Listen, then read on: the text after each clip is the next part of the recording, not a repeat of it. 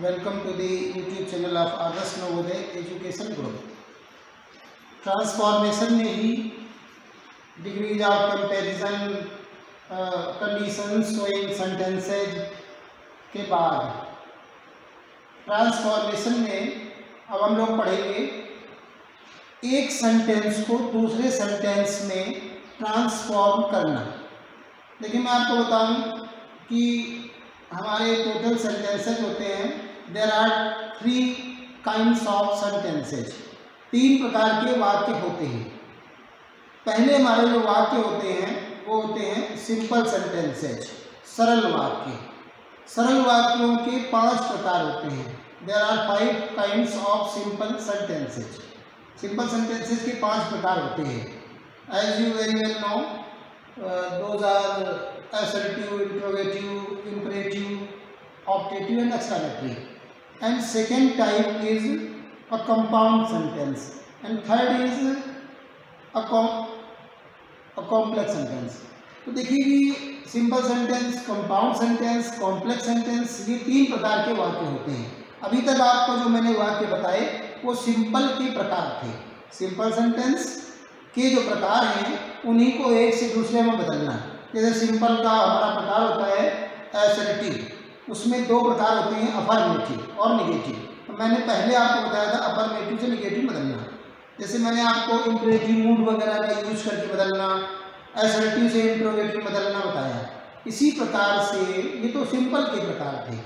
अब आप देखिए इस सिंपल सेंटेंस से कंपाउंड में कैसे बदलेंगे और सिंपल से कॉम्प्लेक्स में कैसे बदलेंगे और वापस कैसे लाएंगे। तो सबसे पहले हम जान लें कि सिंपल क्या होता है, कंपाउंड क्या होता है और कॉम्प्लेक्स क्या होता है।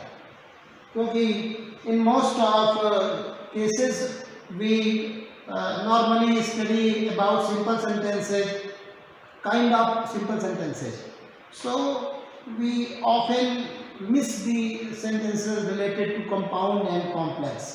तो हम लोग काफ़ी हद तक कई बार कंपाउंड और कॉम्प्लेक्स तक नहीं पहुंच पाते। सो प्लीज, इसलिए आप देखिए ध्यान से कि एक सिंपल क्या होता है। सबसे पहले सेंटेंस। सेंटेंस तो आप जानते ही होंगे सेंटेंस की डेफिनेशन कि sentence is a group of words having a complete sense. Sentence वो है जिसका पूर्ण अर्थ होता है, कंप्लीट सेंस होता है। अधूरा नहीं होना चाहिए, पूरा अर्थ होना चाहिए, कंप्लीट सेंस। वह शब्दों का समूह जिसका अर्थ हो और वो भी कंप्लीट हो। ठीक है, तो इस सेंटेंस के काइंड्स होते हैं। There are 3 kinds. Number 1 simple sentences. Simple sentences क्या होते हैं? सिंपल का मतलब है सरल वाक्य। ये सरल क्यों है? सरल इसलिए है, हमारी सभी पार्ट ऑफ स्पीच में सबसे कठिन, कॉम्प्लिकेटेड जो पार्ट ऑफ स्पीच है वो वर्ब है। अलग अलग 8 पार्ट ऑफ स्पीच से हमारे वाक्य बनते हैं। तो 8 पार्ट ऑफ स्पीच के शब्दों से हमारे वाक्य बनते हैं, जिनमें सबसे कॉम्प्लिकेटेड होती है वर्ब। अब आपको मैं बताऊँ, सिंपल सेंटेंस में केवल एक वर्ब होती है, इसलिए इसे सरल कह देते हैं। अदर सेंटेंसेज में वर्ब ज़्यादा होती हैं, एक से अधिक होती हैं। सिंपल ही है जिसमें एटलीस्ट हैविंग 1 फाइनाइट वर्ब। सरल वाक्य की परिभाषा ये होती है कि वह वाक्य जिसमें केवल एक फाइनाइट वर्ब हो। फाइनाइट वर्ब मैं आपको पढ़ा चुका हूँ पार्ट ऑफ स्पीच में। मैंने आपको बताया था कि वर्ब के 2 प्रकार होते हैं, फाइनाइट और नॉन फाइनाइट। तो मैंने आपको फाइनाइट बताई थी, नॉन फाइनाइट बताई थी। जो लोगों ने नहीं पढ़ा हो वो पार्ट ऑफ स्पीच में वर्ब का जो पार्ट है वो पढ़ सकते हैं, इसको समझने के लिए। तो सिंपल सेंटेंसेस, सरल वाक्य का मतलब है अ सेंटेंस, एक वाक्य, a sentence having only 1 finite verb. वो वाक्य जिसमें केवल एक फाइनाइट वर्ब हो is known as a simple sentence.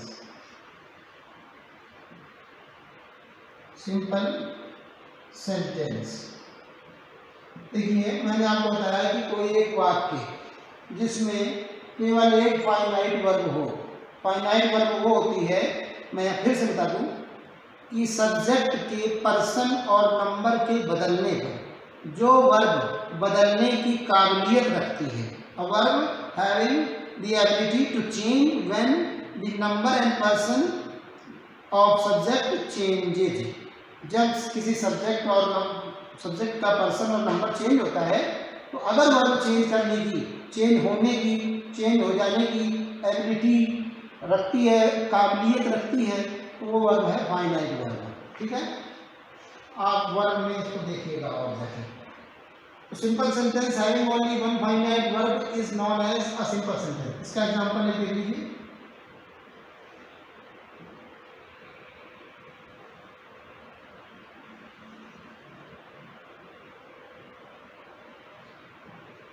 जैसे वाक्य लिख दिया बीइंग पोलाइट, वाक्य हमने लिख दिया जैसे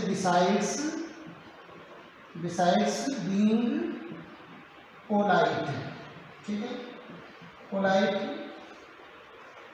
he is, besides being polite he is honest.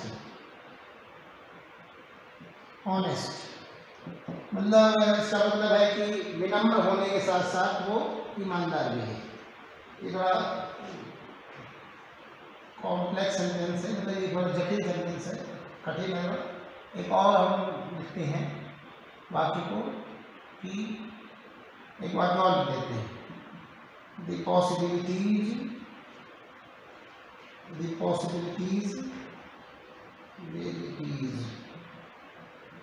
for love, the possibilities for love are unlimited। वही वाक्य है। अब आप देखिए इसमें ये जो इज है ना, ये फाइनाइट वर्ब है। the possibilities for love are unlimited, ये भी एक फाइनाइट वर्ब है, एक ही है और कोई वर्ब ही नहीं, इसलिए ये सिंपल सेंटेंस है। अब आप दूसरा देखिए, कंपाउंड सेंटेंस।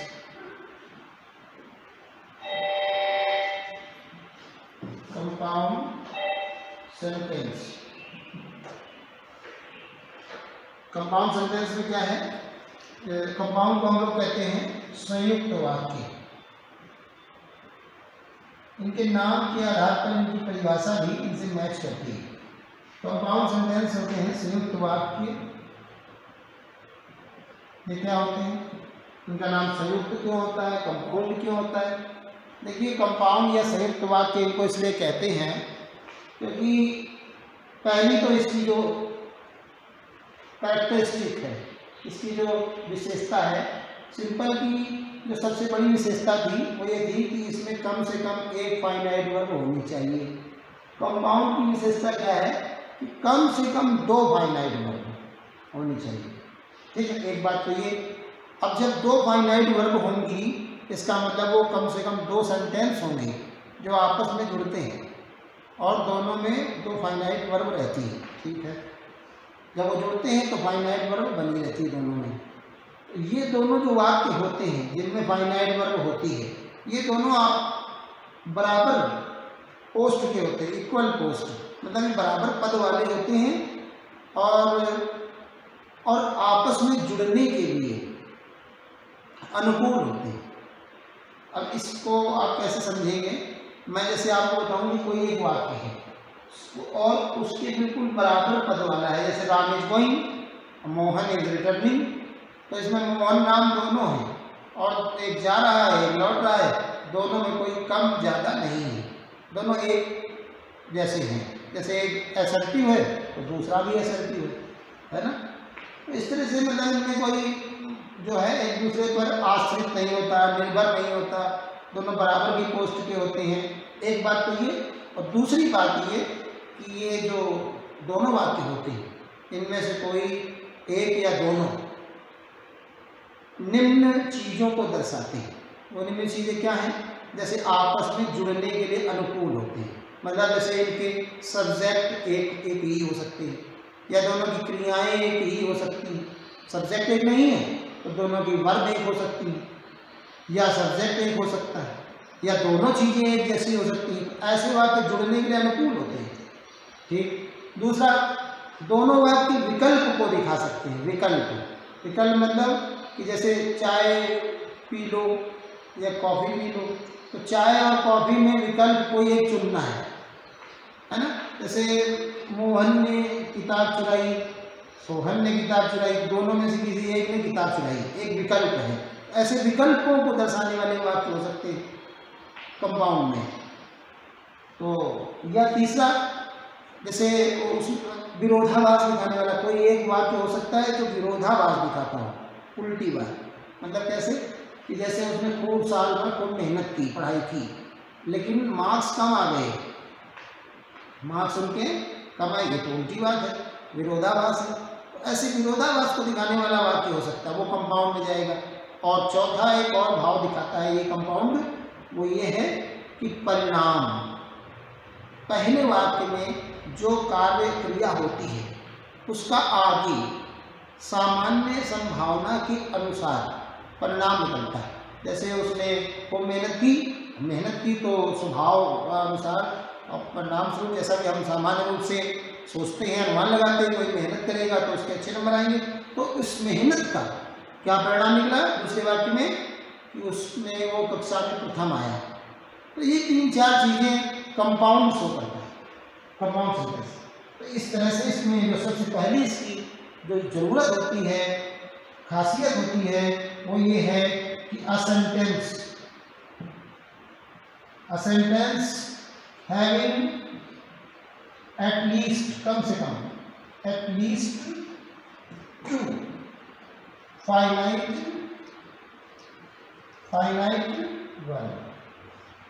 वर्ब्स। तो एक ऐसा वाक्य जिसमें कम से कम 2 फाइनाइट वर्ब हो, उसे हम लोग कहते हैं compound sentence. At least 2 finite verbs. एक तो ये केवल इतना होने पर ही हम इसे कंपाउंड नहीं कहेंगे, क्योंकि कॉम्प्लेक्स में भी कम से कम 2 फाइनाइट वर्ब होनी चाहिए। तो फिर हम इसे कंपाउंड कब कहेंगे? जब ये जो मैंने अभी आपको 4 बातें बताई वो भी प्रकट करता हो। जैसे अ sentence having at least 2 finite verbs and shows cumulation का मतलब होता है आपस में जुड़ने के लिए अनुकूल वाक्य। क्यूमुलेशन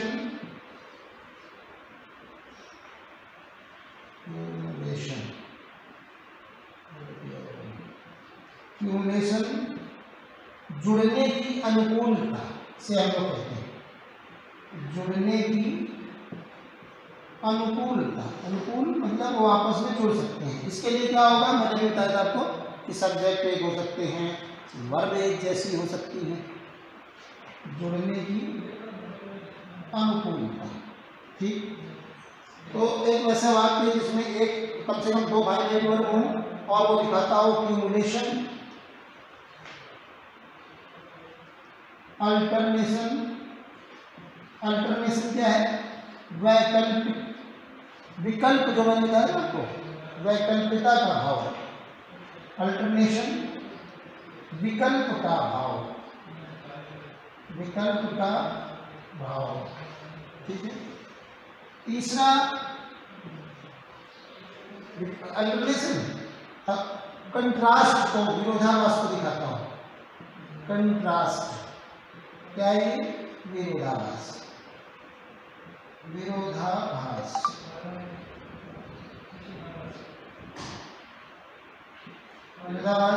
और चौथा एंड या और, एंड परिणाम, रिजल्ट, इनको दिखाता हो ऐसा वाक्य कंपाउंड कहलाएगा। 2 finite verbs and shows is known is called to be a compound sentence, to be a compound sentence। ठीक है, तो अब मैं इसको एक बार फिर से बता दूं आपको कि कंपाउंड की दो पहचान होती है। पहली कि इसमें कम से कम दो फाइनाइट वर्ब हों, एक। दूसरी ये चार भाव दिखाता हो, चारों में से कोई भी दिखा देगा तो कंपाउंड हो जाएगा। वो ये है कि ऐसे दो वाक्य होने चाहिए जो जोड़ने के लिए अनुकूल हो, या कोई कम से कम ऐसे कोई दो वाक्य जिनमें से दोनों एक दूसरे का विकल्प हो, दिखाते हो। तीसरा कि उनमें विरोधाभास आए, या चौथा पहले वाक्य में किए गए कार्य का दूसरे में परिणाम निकले, आशा के अनुरूप। इसके एग्जाम्पल देखिए।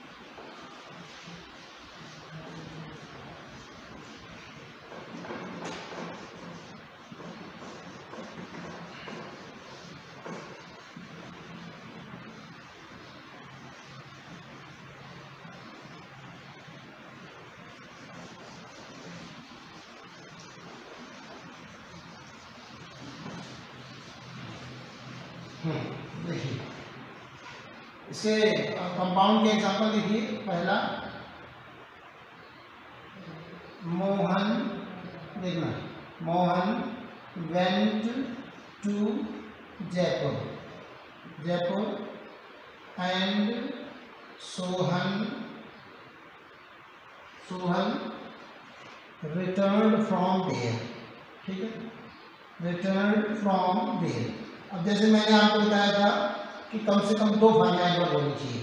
एक देखो वर्ब ये है, वर्ब की सेकंड फॉर्म।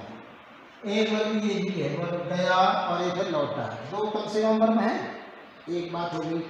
दूसरी बात देखिए कि मोहन वेंट टू जयपुर, मोहन जयपुर गया, सोहन जयपुर से लौटा। तो यहाँ पर एक शब्द जयपुर एक ही है, स्थान एक है। तो ऐसे कोई न कोई एक समानता दोनों वाक्यों में मिलती है, ये जुड़ने के लिए अनुकूलता है। दूसरी देखिए, माय ब्रदर स्टडीड हार्ड। मेरे भाई ने बहुत मेहनत से पढ़ाई की। एक तो भी he could not get good marks, फिर भी वो अच्छे अंक प्राप्त नहीं कर सका। ये क्या है? विरोधाभास है। क्या है? इसमें देखिए गेट एक वर्ब की फर्स्ट फॉर्म है और स्टडीड वर्ब की सेकेंड फॉर्म है। ये दो वर्ब की क्रियाएं, ये दो वर्ब की अवस्थाएं हमारे इस वाक्य में हैं। कम से कम दो फाइनाइट वर्ब हैं, और दूसरी बात ये कि ये विरोधाभास को दर्शा रहा है, तो ये एक कंपाउंड सेंटेंस है। अब आप तीसरा समझ लीजिए इसका, कॉम्प्लेक्स सेंटेंस। कॉम्प्लेक्स सेंटेंस जो होता है इसका हिंदी अर्थ होता है आश्रित, मिश्रित और आश्रित, दोनों ही अर्थ इसमें हैं।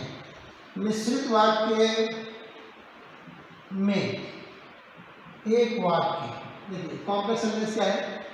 बिल्कुल कंपाउंड सेंटेंस की ही तरह इसमें भी दो, कम से कम दो फाइनाइट वर्ब होनी चाहिए। पहले इसको देते हैं।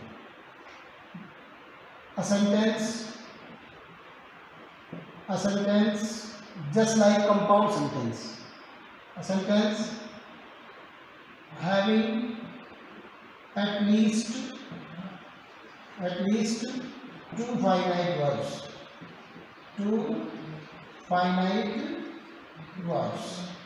बिल्कुल कंपाउंड सेंटेंस की तरह ही वो वाक्य जो कम से कम दो फाइनाइट वर्ब रखता है, एंड दूसरी जो इसकी खासियत है वो कंपाउंड से अलग है।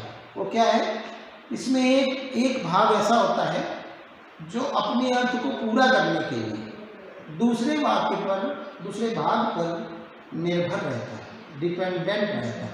मतलब इसका अर्थ अधूरा होता है और अपने अर्थ को पूरा करने के लिए वाक्य के मुख्य भाग के ऊपर आश्रित रहता है, इसलिए इसको हम लोग आश्रित भी कह रहे थे। Sentence having at least 2 finite verbs and it's apart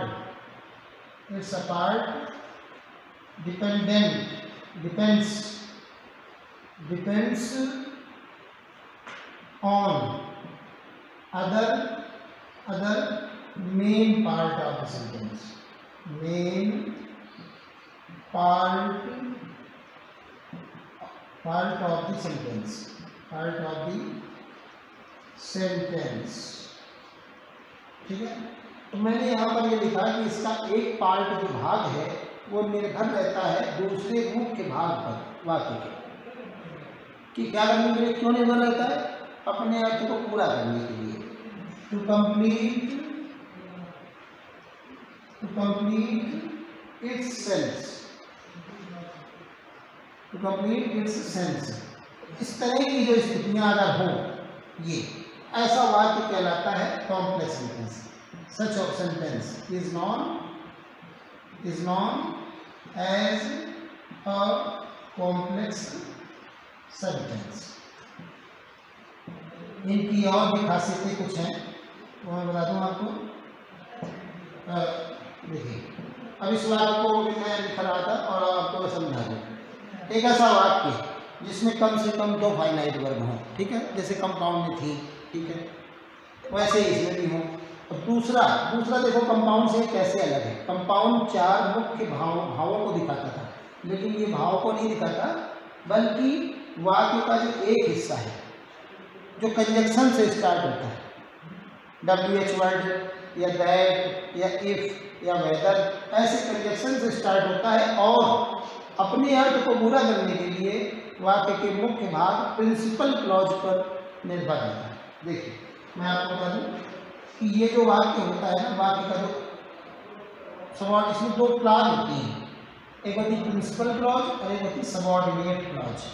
तो इसकी जो सबॉर्डिनेट क्लॉज होती है वो किसी कंजक्शन से स्टार्ट होती है, और वो कंजक्शन कौन से हो सकते हैं, मैं आपको बता दूं, कंजक्शन से स्टार्ट होती है।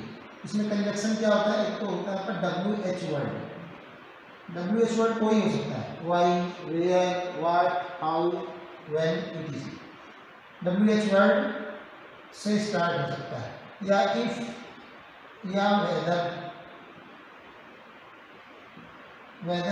या दैट, या अन्य कुछ और, जैसे बिकॉज और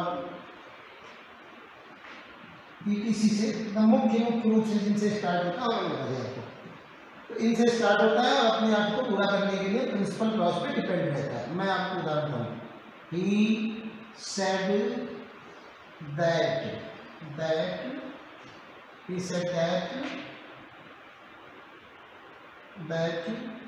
the possibilities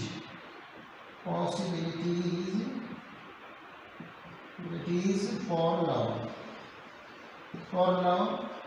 are one unlimited। अब आप देखिए, इसमें सबसे जो अहम बात है वो ये है कि वाक्य के बीच में एक कंजक्शन होगा, जो मैंने अभी आपको बताया कि WH वर्ड हो सकता है, इफ वेदर हो सकता है, दैट हो सकता है, बिकॉज हो सकता है, अनलेस हो सकता है, अनटिल हो सकता है, टिल हो सकता है, इस तरह के वर्ड्स हो सकते हैं। तो ये यहाँ से जो शुरू हो रहा है ये, ठीक है, इसमें ये वर्ब एक फाइनाइट वर्ब है, एक ये फाइनाइट वर्ब है, 2 फाइनाइट वर्ब हो गई। एक बात दूसरी, ये दैट से स्टार्ट हो रहा है, तो इसकी जो पहचान है, एक ये कि इसमें 2 फाइनाइट वर्ब होती, दूसरी इसमें कंजक्शन होता है ये, और तीसरी ये जो दैट से शुरू होकर अंत तक जाने वाली क्लॉज है, ये ही सेड पर निर्भर रहती है, ठीक है। एक और देखिए,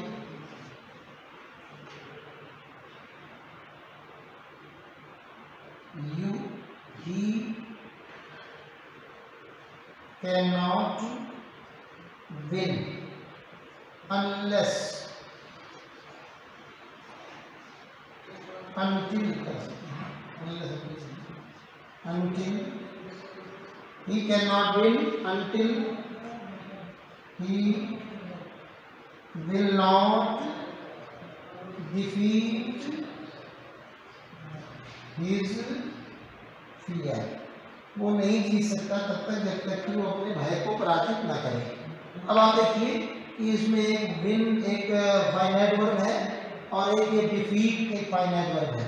तो ये एक वन V1 और V2 ये वर्ब की दो अवस्थाएं हैं, मतलब दो क्रियाएं हैं, दो वर्ब हैं। ये भी फर्स्ट फॉर्म ही है, दो फाइनाइट वर्ब है एक बात। दूसरी बात ये अनटिल यहाँ पर एक कंजक्शन है, ठीक है, कंजक्शन है।